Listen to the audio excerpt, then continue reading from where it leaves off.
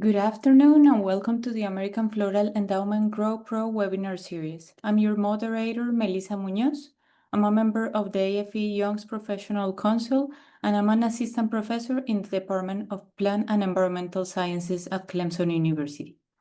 Today's session is on Botrytis, exploring biorational products and tank mixing.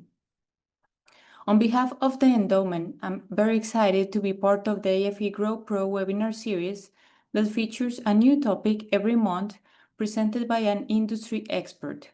The webinars are free to everyone thanks to the generous support of AFE sponsors. The views and opinions expressed in these webinars are those of the speakers and do not necessarily reflect the views or positions of the AFE. As an independent nonprofit, AFE cannot endorse any specific product or opinion. Today's webinar is sponsored by BioWorks. BioWorks helps customers in the horticulture and especially agriculture markets successfully deliver crops to market with biologically based solutions and support. If you would like to learn more about our sponsors or are interested in becoming a sponsor yourself for a topic, you can find the information on the AFE website at endowment.org/growpro, and you will find the link in the chat as well. Today's session was pre-recorded in English by Dr. Jim Faust.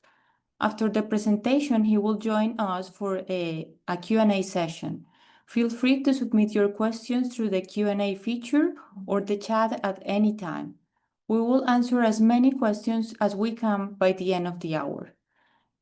Unanswered questions may be answered through a separate email exchange. This session is being recorded and will be shared through the AFE's YouTube account. Through YouTube's accessibility feature, you can access closed caption in other languages. To get us started, I would like to share a bit about today's expert speaker. Dr. Jim Faust is a professor at Clemson University. He does research in floriculture crops and teaches greenhouse production and hydroponic courses. His research program focuses on botrytis management and post-harvest performance of cut flower crops. Dr. Faust, thank you and welcome today's presentation. Thank you for that introduction. It's a pleasure to be speaking with you all today. Do note that all of the information that we're presenting today is available on the AFE website, which has a repository of botrytis and thrips research results that have been funded by the American Floral Endowment. So the topics I'll be talking today is, first, I'm going to do a review of botrytis management principles and fungicide options, so that at the end of the presentation, you'll have what I think is everything you need to know for botrytis management, hopefully. But our more recent research is going to be covered in the second section, which will cover the challenges and opportunities of doing tank mixes, specifically with biological or biorational type products. And then we'll pull it together at the end with some take-home messages. So before we talk about, chemical and biorational control, it's always important to remind everyone that really the first line of defense for botrytis management is sanitation and control of the environment. We can do botrytis management quite well with these two things, but there are certainly cases where it's not good enough, or we just don't have the ability to control the environment very well. So really the keys being sanitation is preventing debris in the greenhouse, which would be damaged, dead, dying tissue that botrytis is growing on and can produce millions and billions of spores that then float through your greenhouse. So if we reduce the amount of inoculum, we're going to reduce the disease pressure. And then in terms of the environment, we're really trying to manage two things: keeping the foliage or the plant in general dry, because the amount of infection we get of botrytis and how well the spores actually germinate on the plant tissue is a function of how wet the tissue is. And so the longer plant tissue is wet, the more likely spores will germinate, grow, and infect the plant. You don't, with botrytis, you don't have to have moisture on the foliage, though, if you have very high relative humidity conditions. So generally we think of about 93, 94% relative humidity. Spores will germinate on tissue in that type of environment. So our target is to try to maintain the greenhouse at less than 85% relative humidity and not wet the tissue, at least as wet it as little as possible, and wet it when it's going to dry quickly. So those are our first really lines of defense. Then our next line of defense tends to be chemical fungicide management. And it's important to understand how chemical fungicides work in order to choose which ones are perhaps the best in your situation for application. So we like to categorize fungicides into two groups: single-site fungicides and multi-site fungicides. Single-site fungicides are really the more modern products. They act as not only protectants, like you spray them and a spore lands and it prevents that spore from germinating, but they actually do act as a curative, meaning that the spore can germinate and be growing for up to 48 hours. And if an application of that fungicide is made within that 48-hour window, you expect to have decent control of the fungus. So the spore germinates and starts to actually penetrate the tissue, but these products actually will move into the tissue to some degree and control that growth. So they act curatively. In contrast, multi-site fungicides, which are our older products that have been on market for decades, only act as protectants. So once a spore is germinated, they tend to have no effect whatsoever. So they have to be on the tissue before a spore lands. The newer single-site fungicides tend to have high efficacy as long as there is not resistance to those products, whereas the multi-site fungicides are more moderate in their efficacy. So single-site products in general tend to be better controlling the disease. The challenge with single-site fungicide is that it only takes one genetic mutation for the fungus to overcome that mode of action of that fungicide. So, um, uh, fungicide resistance development can be moderate to quite high. Like if you repeat the same fungicide application multiple times in a row, you're going to have some resistant spores in your facility. In contrast, multi-site fungicides, which have been used for decades, have very little to no known fungicide resistance development. So the risk is quite low, which makes them a useful tool in actually to tank mix with a single-site fungicide, which we'll talk about more in a few moments. I will also like to remind or introduce this topic, the idea that FRAC3 fungicides, FRACs being the mode of action of the fungicide, FRAC3 are often not shown on the list of viable options for botrytis management because they're typically used for powdery mildew. But they actually are moderately effective for botrytis. They're not the best fungicide for botrytis, but they actually are effective and can be used effectively. And if you're just having to spray from powdery mildews simultaneously, these are good products to choose. But you'll see they don't always appear on list of options.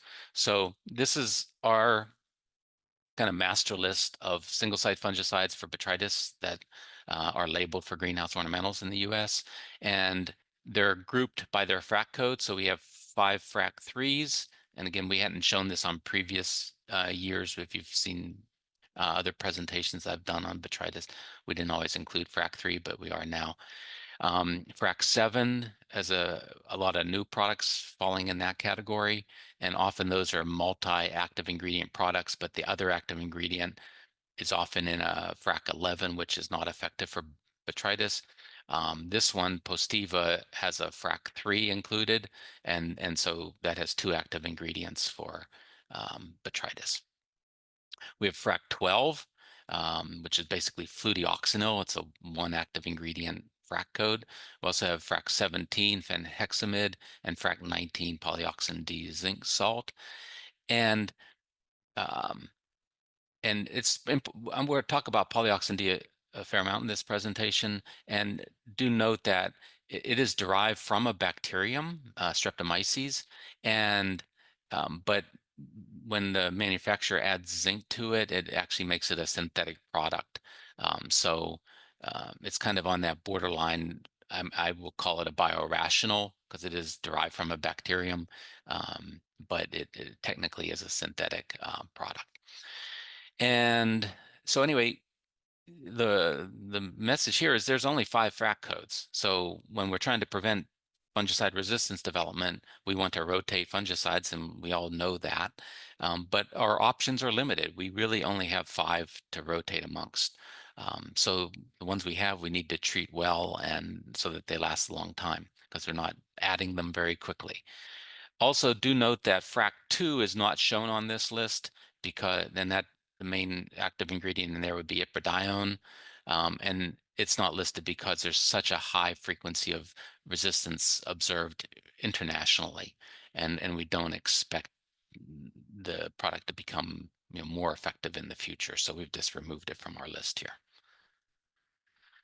Then the multi-site list is shorter, and these are older compounds, active ingredients being copper, mancozeb, and chlorothalonil. And so their FRAC codes have the M for multi-site before the FRAC number. There is a low risk of resistance development, but they also don't have as high of efficacy as the previous products. And a couple of them actually have fairly long REIs, which makes them a challenge to use in greenhouses. So, but tank mixing a single site with a multi-site is a viable strategy to maintaining no resistance, because by having 2 active ingredients, and you reduce the odds of multiple mutations occurring simultaneously. So tank mixing multi-sites with single sites is a viable strategy. So you're probably familiar with using fungicide rotations, but I'll just review this. Basically, we have 5 FRAC codes, as I've mentioned, to choose from, and you want to choose 3 of those. And then during periods of high risk, we're going to rotate those weekly. So we would have, a FRAC, like for example, this FRAC 3 plus 7 on week 1, FRAC 12 on week 2, FRAC 19 on week 3, and then come back around to the first product on week 1. And actually you have 2 FRAC codes in that Postiva application. And you rotate that during periods of high risk. Do note that not every week of the year there's high risk. So we're really looking at usually high humidity, damp conditions where we're having problems. And so when it's dry, we don't have high disease pressure. So that gives us an opportunity to avoid fungicide application, or use a biorational product. And then by decreasing the rotation frequency, then we're going to have less resistance development.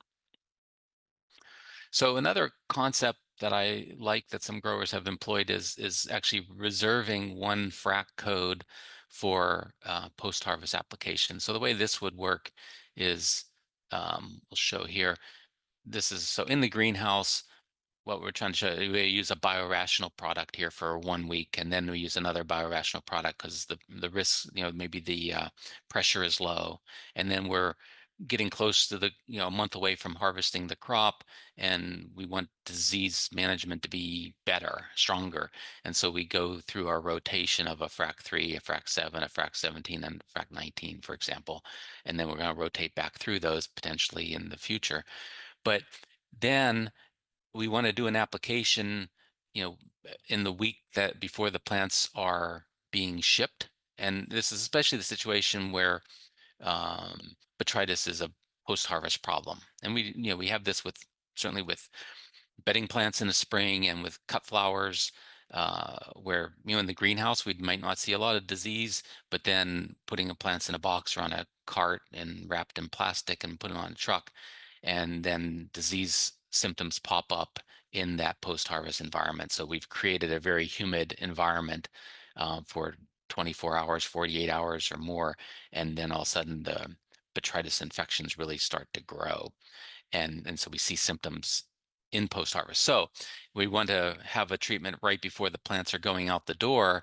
And the idea here is if we have a FRAC code that we have never used in the greenhouse, then it should have very high efficacy, because there would be no resistance in our population of spores in the greenhouse because we've never used that product in the greenhouse. So reserving one frac coat is again, another viable strategy. So that's the chemical story. Now we'll move on to biorational or bio-based, maybe another word we can use for that. And to define biorational, we're using this term as a pretty broad umbrella to cover a lot of different products. Basically, it's anything that's not a conventional synthetic chemical fungicide. And so the categories that would or subcategories would be things like biological control agents or BCAs. These are where we actually are applying a living organism, a beneficial fungi or beneficial bacteria in order to control botrytis. We have biofungicides, which are basically fungicides, but they're derived from living organisms. Often they're fermentation products of bacteria, for example, but they're not living themselves. It's metabolites of a living organism. We can use plant extracts. We have one main compound that is a systemic acquired resistance product, meaning you apply it and then the plant, it actually turns on genes that in the plant that provide some disease resistance. You're enhancing the disease resistance of the plant prior to them potentially being inoculated with botrytis spores. And then plant nutrients. We'll talk a fair amount about calcium, and that's a plant nutrient that has significant impact on botrytis specifically as a pathogen. So some of the assumptions that have historically been made about bio-based products is that they have multiple modes of action and therefore have a low probability of resistance development, fungicide resistance development, or resistance to that product, that bio-based product. And they have different modes of action compared to conventional fungicides. Also, an assumption is that cross-resistance is really not a concern, that you have chemical products and you have biological products and they work very differently. And so we're going to show you data that we've collected over the last couple years that really kind of disproves some of these assumptions that shows that we really shouldn't be assuming some of these things about bio-based products. So two of the products that we've worked the most with in recent years have been Howler, which is a bacteria Pseudomonas species, and Thea, which is another bacterium. It's Bacillus subtilis specific strain. And do note that these products were introduced a few years ago by AgBiome and now are being sold by Certus, so the ownership has changed. The products haven't changed. Howler is OMRI listed as organic. The label shows that the active ingredient is Pseudomonas chlororhaphes. But the reality is we have not been able to actually culture any living bacteria out of Howler. And that actually is because the Pseudomonas lacks an endospore, which is a highly resistant survival structure. And so it just doesn't survive in the post-harvest environment. This is not to say it doesn't work, it just is not a living organism as the label implies. So when you're buying Howler, you're actually buying metabolites or compounds that have been made by the bacteria. And so the bacteria has produced an antibiotic and then has died. So it's not living. But it is an effective biocidal product. It does work. Pyrrolnitrin is the chemical that is the biologically derived fungicide product or biocide, and appears to be the primary and sole active ingredient in Howler.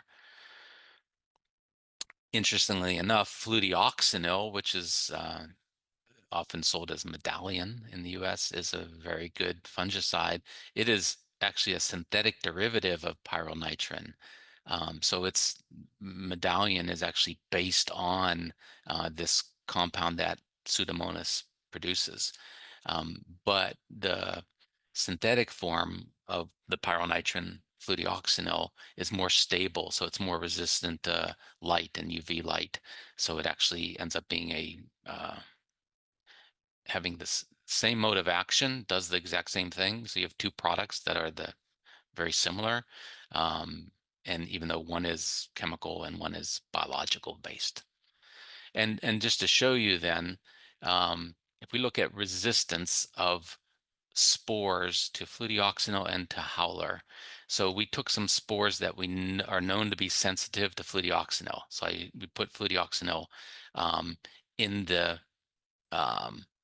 Petri dishes shown here, and excuse me, no, we're putting howler in the at 6 different concentrations in the Petri dishes here in the agar, and then we inoculate the center of the Petri dish with Botrytis, and you can see the Botrytis grows well when howler is at a low concentration, but a higher concentration of howler totally prevents Botrytis from growing.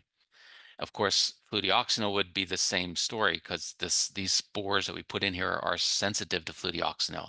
So as we apply fludioxonil, you would see a similar response. But if we do resistant spores, so spores that we've shown to be resistant to fludioxonil, we see that they are also resistant to howler. So you will see here as we go to higher concentrations of howler, there's some inhibition of growth, but we're not controlling that fungus. So even at the high concentration of howler, we're still getting Botrytis growth. So that means what this means is that spores that are resistant to fludioxonil are also resistant to howler.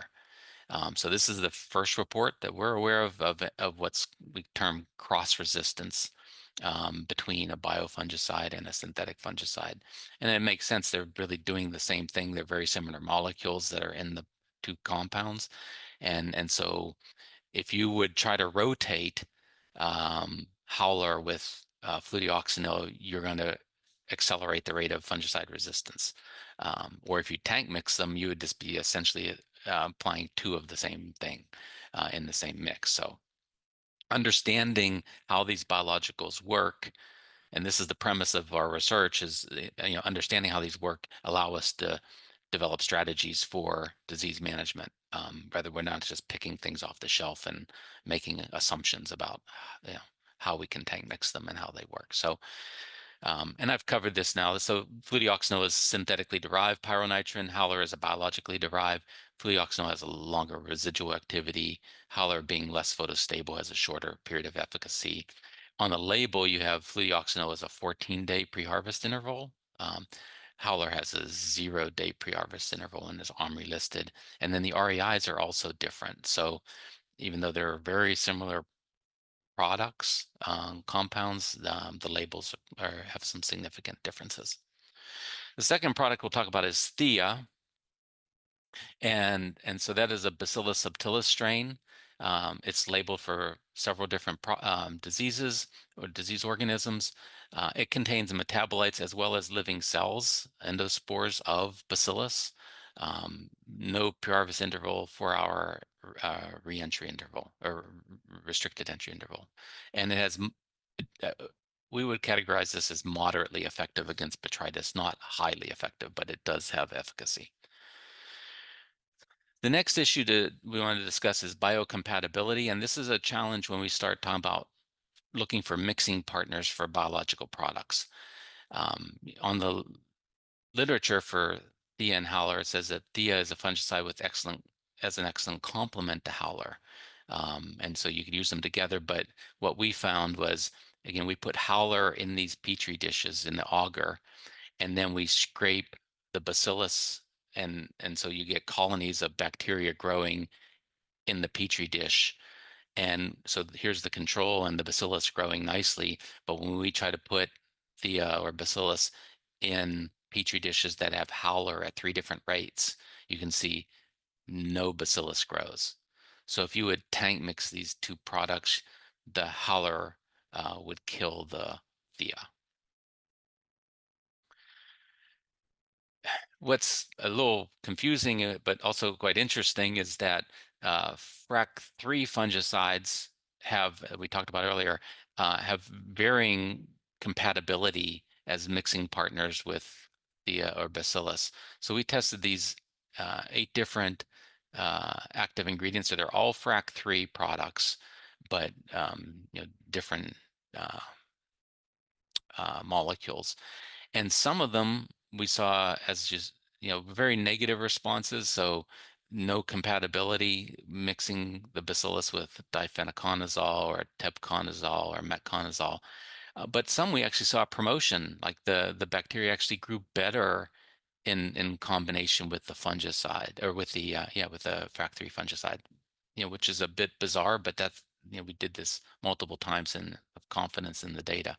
So this is really underscores the challenge we have when we start thinking of tank mixing anything really with but particularly fungicides, anything has a fungicidal activity with a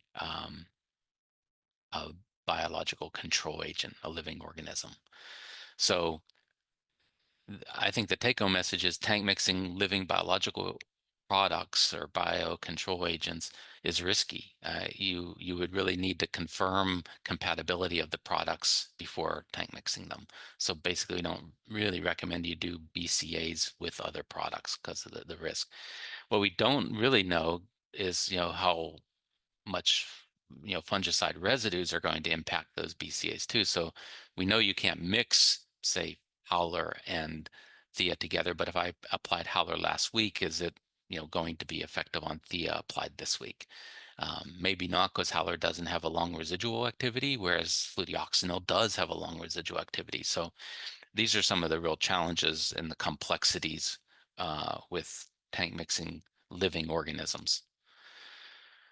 All right, so petunia is one of our guinea pig plants that we use in our studies, and this is just an example to show you how effective some of these products can be. So we remove petunia flowers that have been treated with 6 different products, or 5 products in a control, and then we inoculate these petunias with a whole lot of Botrytis spores. And this picture is taken 24 hours after inoculation, and you can see some of these are already Botrytis is growing. 48 hours, 72 hours after inoculation, we have the control, and these 3 other products are just completely wiped out. The flower is just mashed against the styrofoam surface there.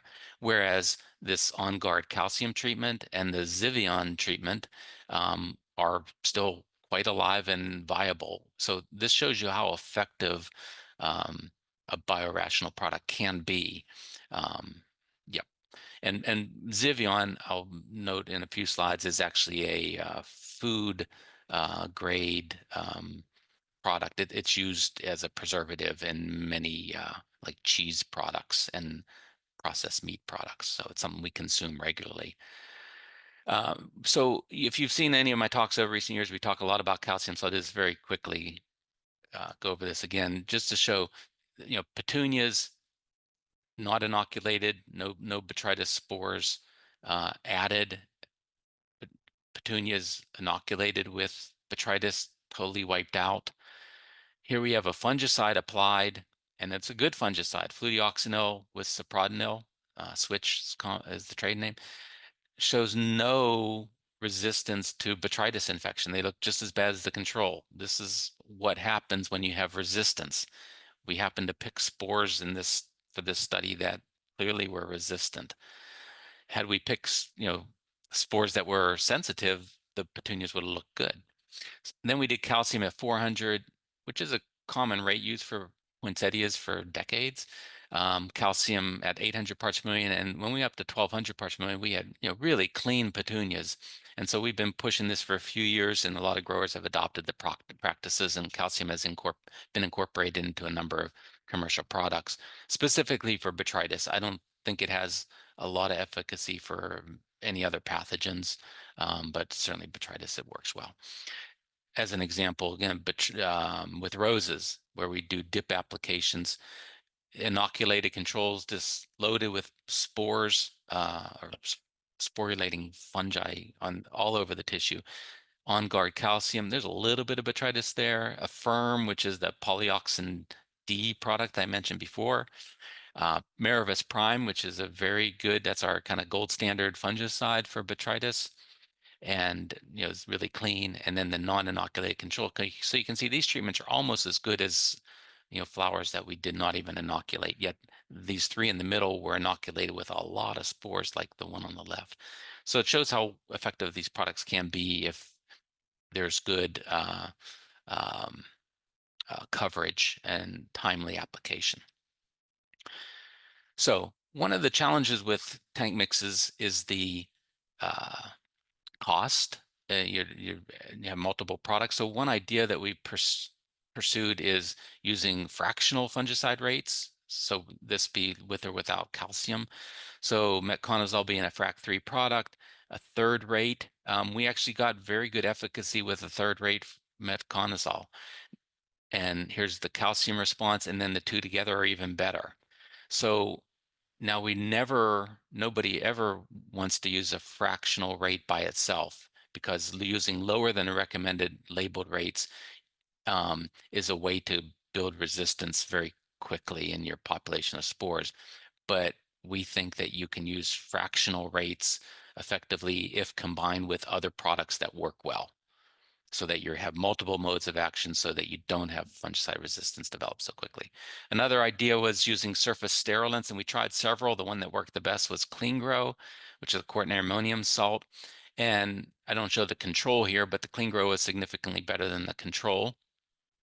But it's not great, but it's a surface sterilant in that it will kill spores that are on the surface of the tissue. It's not going to kill any spore that has germinated and penetrated the tissue. So it's just a surface treatment, basically. And then calcium looks pretty good, and the two together is an improvement. So that's also a concept, or some mixing opportunities. We've looked at a number of different biorational products. This is with petunia. The higher the bar here, the more the infection is. So that's the inoculated control. And then the old multi-site fungicide Captan, and then is here, and you can see it says moderately effective. Miravis Prime, which is our gold standard, really highly effective. And then some combination, well, actually individual products, calcium, Zivion, and Howler look good. And then we did combinations of those, so you have 2 or 3 together, and in this case just 2 together. And you can see by the letter H's here, these 3 treatments are all statistically the same. And so that was Howler plus On Guard plus Zivian, all 3, or Zivian plus On Guard was equivalent to Miravis Prime. So by themselves, biorationals tend not to be as good as good chemical fungicides. So we get more of a moderate effect here, like a multi-site product would do. But in combination, we can have efficacy equivalent to our best fungicides. Do note that Zivian S is labeled for greenhouse use only as a pre-plant dip. So it's not actually labeled as a spray, which is how we used it on the petunias here. And Miravis Prime is a combination of Frac 7 and a Frac 12. That is actually labeled primarily for food crops, not for ornamentals. But it's very good. So other examples of tank mixing biorationals here, we're looking at rose. Again, our inoculated control, our chemical control. So this is, again, the Miravis Prime. And then we used a systemic acquired resistant product, Actigard, calcium, and the polyoxin D zinc salt, all moderate efficacy, not nearly as good as Miravis Prime, but better than the control. And then we tank mix these together, and again, one of the treatments was statistically the same as the Miravis Prime, so that would be the Actigard plus Affirm was statistically and so was calcium plus Affirm. You see the F here showing that's statistically the same. So again, we can tank mix and get high efficacy if we do this strategically. So to summarize, our opportunities are for botrytis management and tank mixing. We take conventional products and we can tank mix single sites with multi-sites. We tend not to like the idea of using multiple single sites too much, but a single site with a multi-site is highly recommended. And then we're still kind of looking into this concept of using fractional rates to reduce costs, but still get efficacy as long as you're using fractional rates with other effective products. Then we have our biorational options, and I would put these in the order of what we see as efficacy from higher to lower. So, but they are effective. So that's Affirm, Polyoxin D, and then calcium, Howler, acebenzolar, which is Actigard, and then finally Clean Grow. So we're not saying put 5 things together, but some combination of 2 or potentially 3 of these things can give us quite good control of botrytis. And then we have the hybrid situation where we're going to mix a conventional with a biorational product. And where we don't want to do this is with biological control agents, again, because they're living and our chances of killing them in the tank is probably high. So we have to be really careful with that one. But if we take an effective single-site fungicide and mix it with an effective biorational product, and so you'll see growers now taking, and just choosing a biorational product to go in something like On Guard Calcium, every application of fungicide, adding that to the single site fungicides as just a regular course of action. So as my disclaimer, we primarily work with petunia and rose as our lab plants, and we're talking a lot of different potential combinations here that you might apply to many different species. And so there's no way we can predict what the phytotoxicity would be. So you are responsible for any tank mix you do to do a practice spray to make sure we're not getting phyto, because you don't want to ruin a crop. And there's really no way to predict without actually the results without actually doing it. So with that, I will like to acknowledge our sponsor, BioWorks, for again sponsoring this webinar today. And with that, I would welcome any questions that you might have. Thank you, Jim, for the wonderful presentation. And before we open up for the Q&A session, I would like to encourage you all to join us next month for Dr. Charlie Hall and Melinda Kant presentation on trends to watch in 2026. The webinar will take place on Tuesday, October 14 at 1 p.m. Eastern Time, and you can register at endowment.org/growpro, and you will find the link in the chat. And as we move on, I see we already have some questions in the Q&A and some in the chat. So let's start with the ones in the Q&A. Alex Wong asked, are other refractory actives besides the ones shown on your slide that are effective for botrytis, for example, microbutanil and difenoconazole? So the question are other frac-3s that are not on the list effective? Mm-hmm. Yeah, I think we would say that all frac-3s have efficacy. It will vary. Don't all have the same efficacy. There are some that do work better than others, but I would expect at least moderate efficacy out of all of them. Yeah, and if I remember correctly from your slides, microbutanil will actually mix well with some of the biologicals. All right. Another question we have here is, when conditions favor botrytis and there are active spores, will you always recommend the maximum rates? Yeah, so on a fungicide, you have a range of rates, and I would view the low rate as being a preventative rate, and the higher end of the range being the curative rate. So it depends how you're applying the product. So if you're under a period of high risk, but you're really not seeing infection, I would go with the lower end of the range. If you're actually struggling with control and you're seeing significant infection, then I would choose the high end of the, labeled range. Another question that we have is what types of applications are recommended on dormant shrubs and enclosed structures kept at 34 degrees Fahrenheit?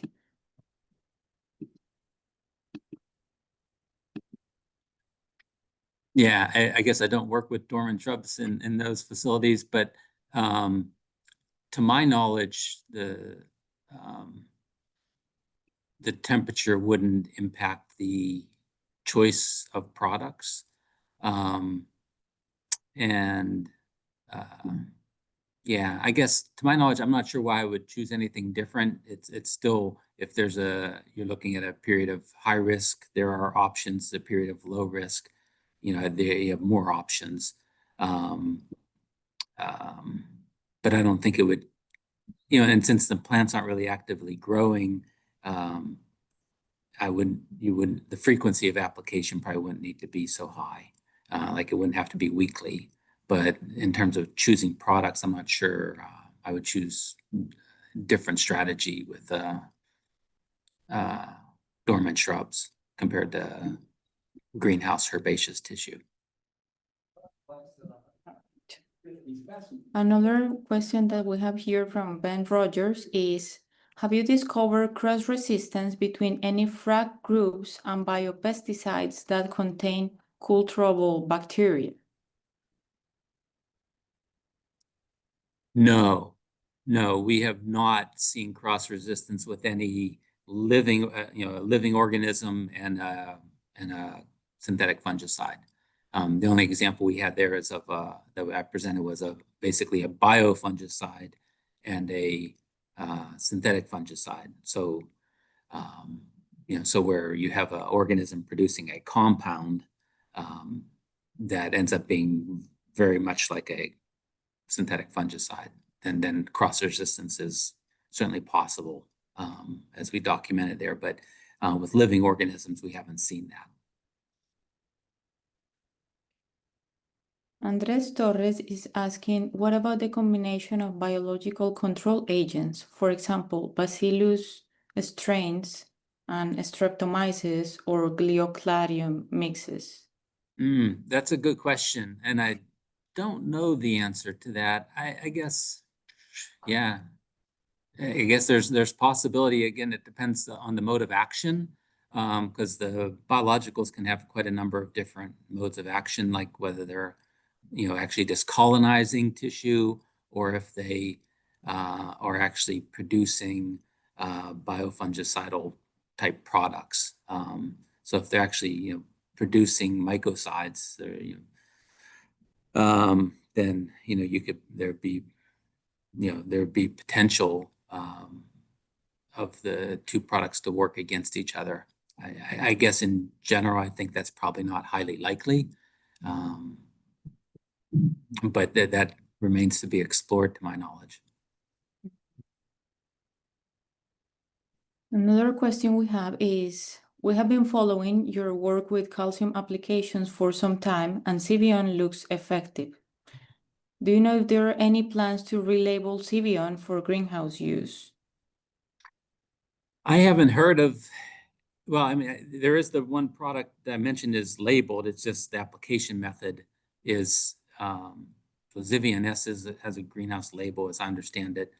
There's a Zivion M, or it's another letter that's labeled for strawberries as a post-harvest dip treatment also.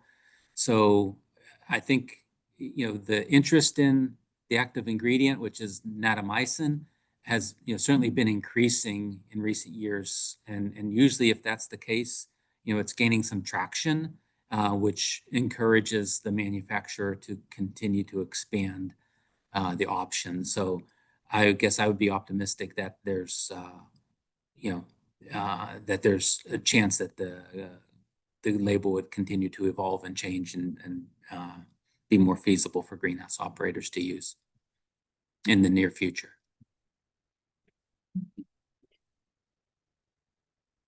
So another question here is, does chitosan work as a biorational product for botrytis? Yeah, so chitosan has shown some good efficacy, and that's one we're just starting to work with. there's a lot of different formulations, and manufacturers note that some formulations, result in improved efficacy. There's some, university research also showing that chitosan can work for botrytis. We have not worked with it, and have, but our this coming winter and spring, we anticipate doing a deeper dive into chitosan, understand how to use it better. And what about trichoderma? Yeah, so trichoderma we know is used. We haven't seen very reliable efficacy as a aerial spray.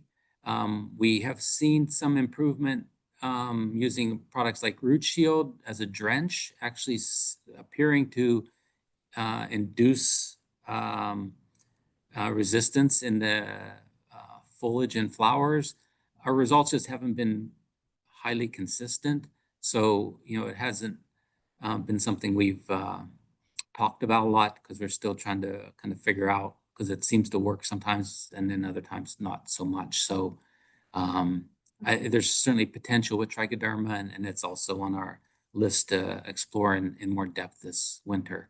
I think it shows, again, some promise, but we don't know how to use it reliably yet. We have kind of a follow-up info here from Stevie Guzman, and he says lantamycin L seems to be labeled for greenhouse use, but for mushrooms. So, oh, well, yeah. So that, yeah, that is another label application is, and the product that we actually used in our experiments was the mushroom product, because that's what was available a couple years ago when we started using it. And then after that, the strawberry product was released, and now this other one that is a greenhouse dip, and we haven't used that actual formulation. I assume they're very, very similar products, just have different labels. So, yeah, if you're growing mushrooms, you can, it's on the label for one of them. we have another question here from Carlos Alvarez, and he's asking if you know any microvirus that work in botrytis. A virus? Yep, microvirus. No, I've not heard of anything. No. All right. Another question is, have you looked into Oleclarium odemansi strain U3? Yeah. I don't recall the strain that we looked at. We did not see much treatment effect with the Eulecladium that we did use. And then, again, that's on our list for this winter to try to explore. Part of our experimental direction is, when these biological problems fail or fail to work repeatedly or predictably, we're trying to understand why. Because it's certainly, in a petri dish, you can show that they work, like they inhibit fungal growth, but in a living plant system, sometimes is a bit more complicated for various reasons. Sometimes the aerial environment is not that conducive for some of these organisms to really grow well. It could be biocompatibility with other products that happen to be on the plant. So again, that's kind of the direction of our research in this coming year, is trying to understand when biorational biological products fail, why. With the idea, thinking if we understand how these products work better, we know how to use them better and have better efficacy with our applications.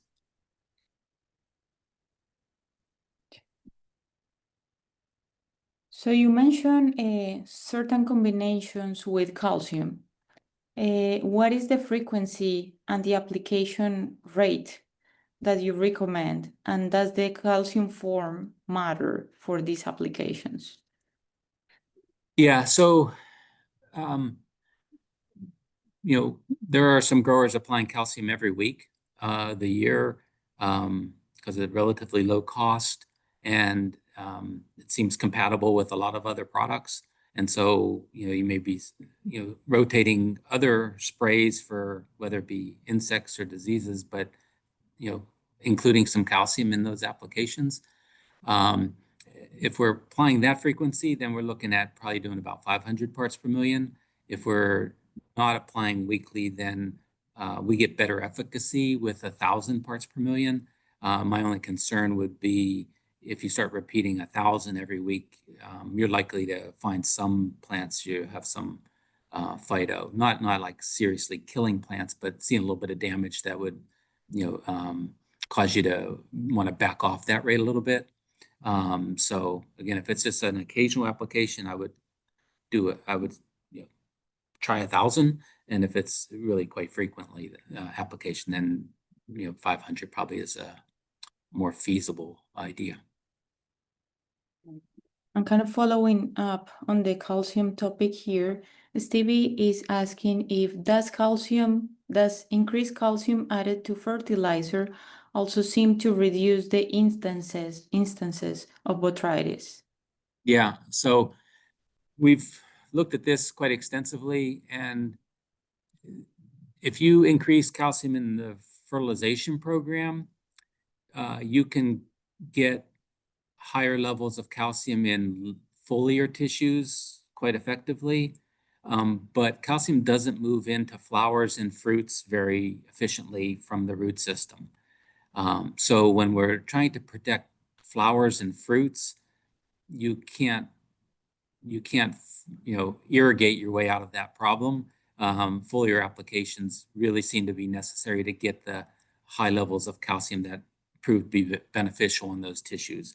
But if you have a leaf, that leaf is transpiring for weeks and weeks and weeks.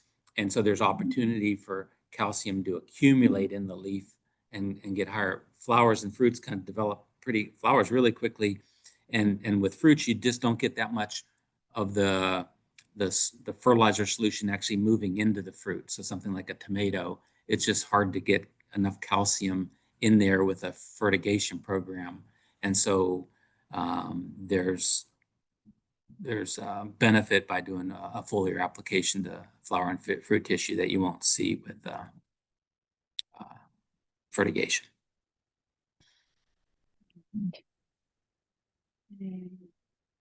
Check, I don't see any more questions. Let's give it like 30 seconds to a minute. If anybody has any additional questions, you can put them in the Q&A or chat. Okay, we have one more here. I'm growing poinsettias. Do you know if extra calcium can impair bracts development? Can calcium improve bract development? Back in the 90s, we started doing weekly applications of calcium at 400 parts per million from the time of first color to full flower to prevent bract edge burn. And bract edge burn is basically a localized calcium deficiency in the edges of the bract. So you get little necrotic spots on the edge of the bract, and then botrytis would come in and kind of colonize those spots and form large lesions on the edges of the bract. So again, calcium doesn't move into bract tissue very well because bracts don't have stomata. And so you just don't get enough calcium into a large bracted poinsettia through a fertigation program. So foliar sprays help prevent the localized deficiencies in the bracts and then inhibit botrytis growth. So yeah, you see improvement of, I don't know if you see improvement of health, you don't see the detrimental effects of calcium deficiencies and botrytis. So it doesn't necessarily make the bracts bigger or anything, but it will make them more resilient and last in the last weeks of the crop, and in the post-harvest environment, they'll survive better.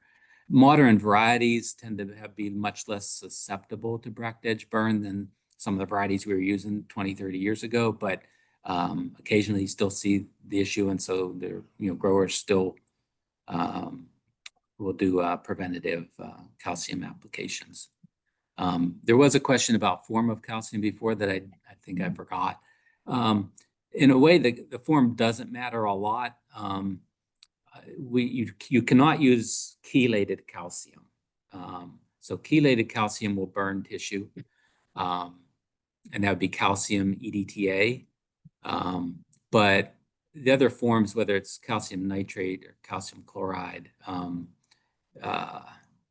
we see a little less phyto with calcium chloride-based products than calcium nitrate. And so we tend to lean toward calcium chloride as a bit safer, but both of them supply calcium quite well. Do the rates change based on calcium nitrate versus calcium chloride, for example? We'd use the same application rate for it. It's just what our data shows that, again, this is with petunia, but we can go up to 1,250 parts per million, 1,500 parts per million on petunia and continue to see a little bit of benefit. 1,000 gets you most of the way there, but going higher you can see a continue improvement, or at least stays the same.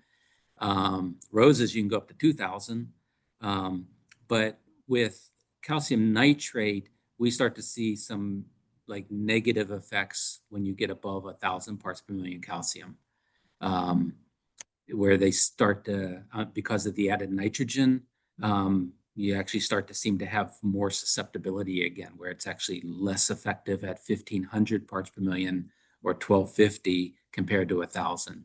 So that's why we did. That's why I kind of go with calcium chloride too. If we're making a choice, it just seems like there's less risk and potentially a little bit better benefit at the higher rates. All right. Are there any additional questions here?